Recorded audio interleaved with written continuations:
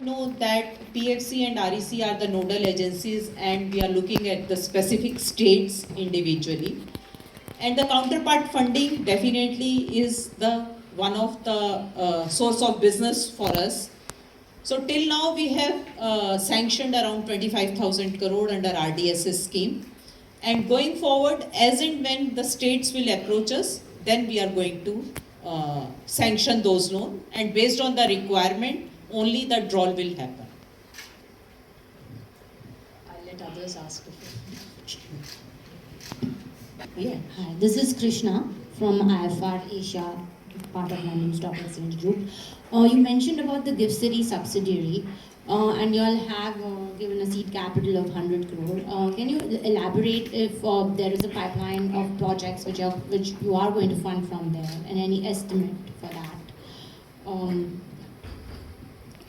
See, we already have a wide presence across the country. We are funding all the state, all the utilities in the power sector in India. Now we wanted to expand our footprints beyond India. So the GIFT City is going to help in two ways. One, any Indian developer requiring foreign exchange, which as per our Indian office, we are not able to fund in line with the RBI guidelines. That is one opportunity we will be having. The other opportunity what we will be having is funding to the outside India, which may include the strategically important countries, with that the neighboring countries, and other countries where we have that opportunity. Ma'am, good afternoon. This is Kalpana from the Economic Times. Two questions to you.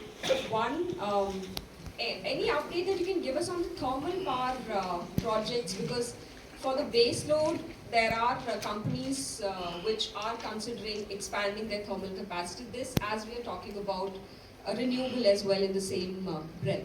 And the second, on the PM Suryodaya Yojana, what kind of funding do you see on that segment happening for your company? And the VGF for offshore funding, offshore winds, if you can help us.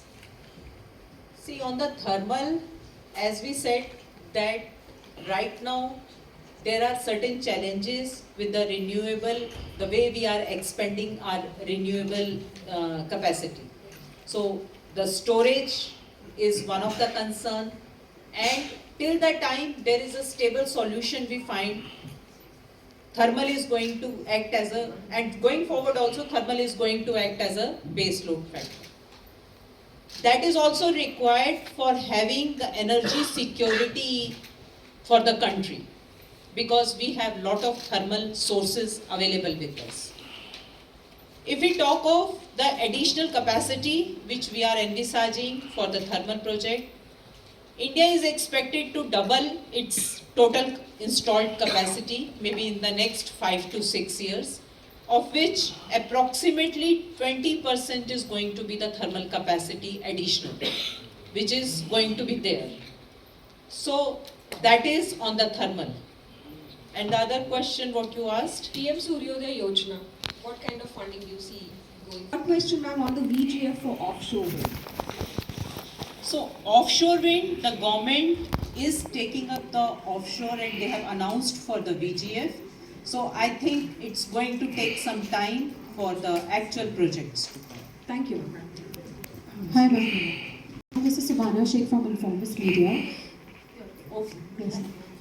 I just wanted to follow up on the borrowing question. As you said, you've set up operations at GIFT City. Setting that aside, what is your, will you be tapping the overseas market this year?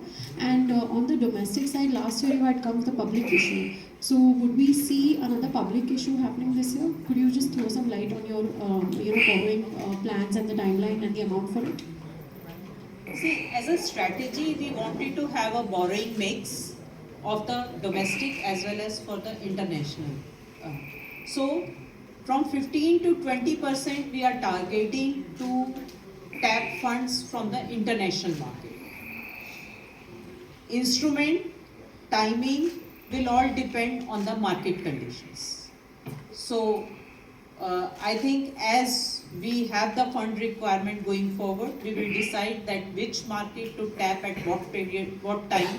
So that will depend on the market condition. Your other question on the public issue of bonds, that again is dependent on the market scenario.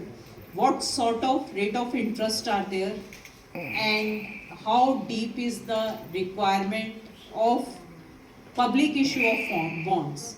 So we have been taking up with the government for allowing us special structures, and if it has to come as a plain vanilla structure, that will depend on that. One more question I had. Lately, we've been seeing that the borrowing from REC and PFC has gone up. I just wanted to understand how much of it is going, towards the discom sector. What is the health of the discom sector right now?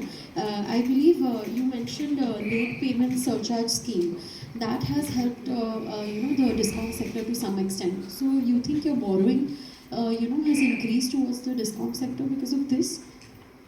Yeah, lending in the previous year has increased to the discom sector. And if you talk about the lending for the discom sector in the previous year, it is 40% lending has been done to the discom out of the total lending. So that is there. And going forward also, because the Government of India focus is very much on reforms in the sector, we are expecting that next year also our lending will majorly comprise of lending to the discom as well as for the renewable space. Okay, thank you. Yes, go ahead.